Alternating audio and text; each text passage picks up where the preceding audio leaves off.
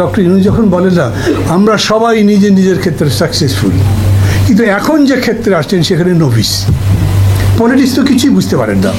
Politics যদি বুঝতেন তাহলে এরকম করে কথাবার্তা তো তারা বলতেন না। এই যারা যারা উপদেষ্টা পরিষদে আছেন না, তাদেরকে বলেন আগামী নির্বাচনে দাঁড়ান, একটা লোকে যদি দাঁড়ায়, কারণ নির্বাচনে দাঁড়ানো কষ্ট, জিততে কষ্ট। এমনিতে কেউ হায়ার করে নিয়ে এসে উপদেষ্টা বাড়ালে খুব কমফোর্টেবল, খুবই এনজয় করা যায়। ক্ষমতায় যারা আছে তারা কি স্বৈরাচারী দোসরদের লালন পালন করতে চায়? তারা কি তাদের চেনেনি? তারা কি চিনেও চুপ করে আছে? কি হতে পারে বলেন?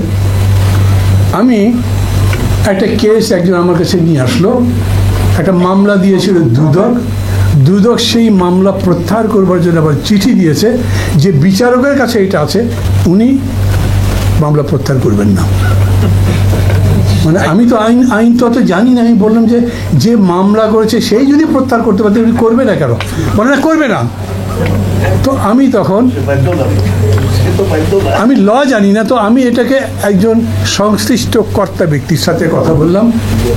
উনি বললে ভাই উনি না করলে আমি কি করবো? বাদ দিয়ে দেন, নতুন লোক দেন। বলছে বাদ দেবো তো দেবো কাকে? 15 বছর ধরে যে দুঃশাসন চলেছে, আপনি একদম ডাউন দি লাইন দেখেন তো বাইরের লোক কে আছে। মানে একটা কনস্টেবলকে পারলে আইজি বানিয়ে দিয়েছে তারা, একটা অ্যাসিস্ট্যান্ট সেক্রেটারি বানিয়ে দিয়েছে।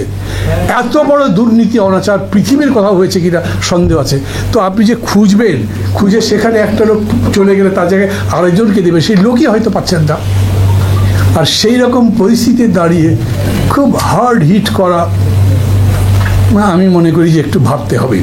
এখন খুব ধৈর্য দরকার। আমাদের প্রতিপক্ষ কি এখন?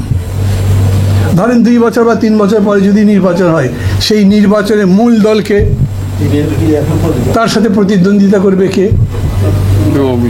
জানি না। যে আওয়ামী লীগই করবে না? আওয়ামী লীগের বাপ জান বাঁচে না, ওরা কি করবে? আমি মনে করি না তা না। আওয়ামী লীগ করতে পারবে প্রতিদ্বন্দ্বিতা, আমি মনে করি না। কারণ আওয়ামী লীগ আগে খুব বলতো আন্দোলন কাকে বলে তা আমরা জানি, বিএনপি বোঝে না। তো এখন আন্দোলন দেখাতে দেখি, তা তো দেখাতে পারছে না। এখন উনি পালিয়ে গেছেন, তারপরে নতুন একটা কমিটি করতে হবে, তো বা একটা কিছু নেতৃত্ব সামনে আনতে পারে, তা তো আনতে পারছে না। হঠাৎ করে ফেসবুকে দেখলাম 2 জনের নাম আসছে।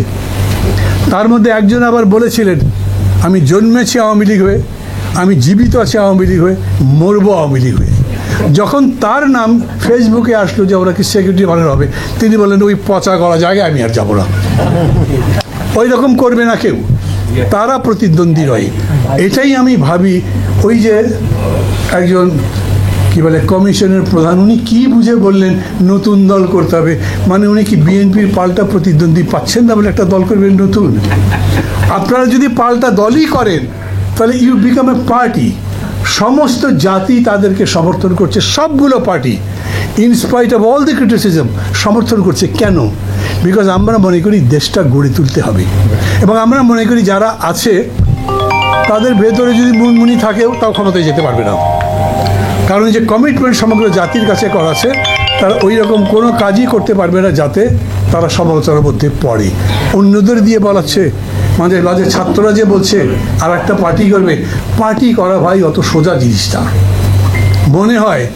রাজনীতিবিদরা কী বোঝে, অনেক এক্সপার্টরা মনে করে আমরা হলে সব কিছু করে ফেলতে পারতাম, কিন্তু রাজনীতি করতে দেন। এই যারা যারা উপদেষ্টা পরিষদে আছেন না, তাদেরকে বলেন আগামী নির্বাচনে দাঁড়ান, একটা লোকে যদি দাঁড়ায়, কারণ নির্বাচনে দাঁড়ানো কষ্ট, জিততে কষ্ট। এমনিতে কেউ হায়ার করে নিয়ে এসে উপদেষ্টা বাড়ালে খুব কমফোর্টেবল, খুবই এনজয় করা যায়। ওইটা পারা যাবে না। সেই কারণেই এদেরকে আমাদেরও বুঝতে হবে যে দে আর ফলিবল।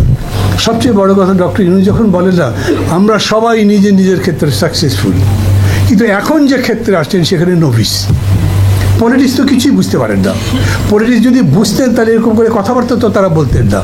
ওই কারণে এমনও হতে পারে যে তারা তাদের অ্যাডমিনিস্ট্রেশন সাজাবার ব্যাপারে ওই দৃষ্টিভঙ্গি এখনও অর্জনই করতে পারেননি। যদি পারতেন তাহলে এটা হতো না।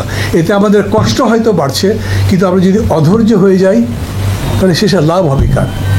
এই গভর্নমেন্ট কন্ডেম মানে এটা স্বৈরাচারের লাভ।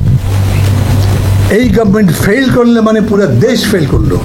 অতএব আমাদের এরকম করে যদি আমি বলি যে একটা মরা ঘোড়া টানতে হবে আমাকে, তাও কিন্তু টানতে হচ্ছে। অনেক জিনিসই সহ্য হয় না তবু করি। যেমন আমার সাথে একজন টক শোতে গেছেন একজন নেতা, নাম বলবো না, তিনি বললেন ভাই 50 বছর ধরে রাজনীতি করছি, গত 15 বছর প্রত্যেকটা আন্দোলনের মধ্যে ছিলাম, এখন আমি ফোন করলে অ্যাডভাইজার ধরেই না, মেসেজ দিলে ব্যাক করে না, আমরা কি এতই অস্পৃশ্য হয়ে গেলাম? আমি তাকে বললাম এই কষ্ট না পাওয়াই ভালো, ওরা হয়তো এতই ব্যস্ত আছেন যে সামালই দিতে পারছেন না। এটা একটা দুর্ভাগ্যের বিষয়।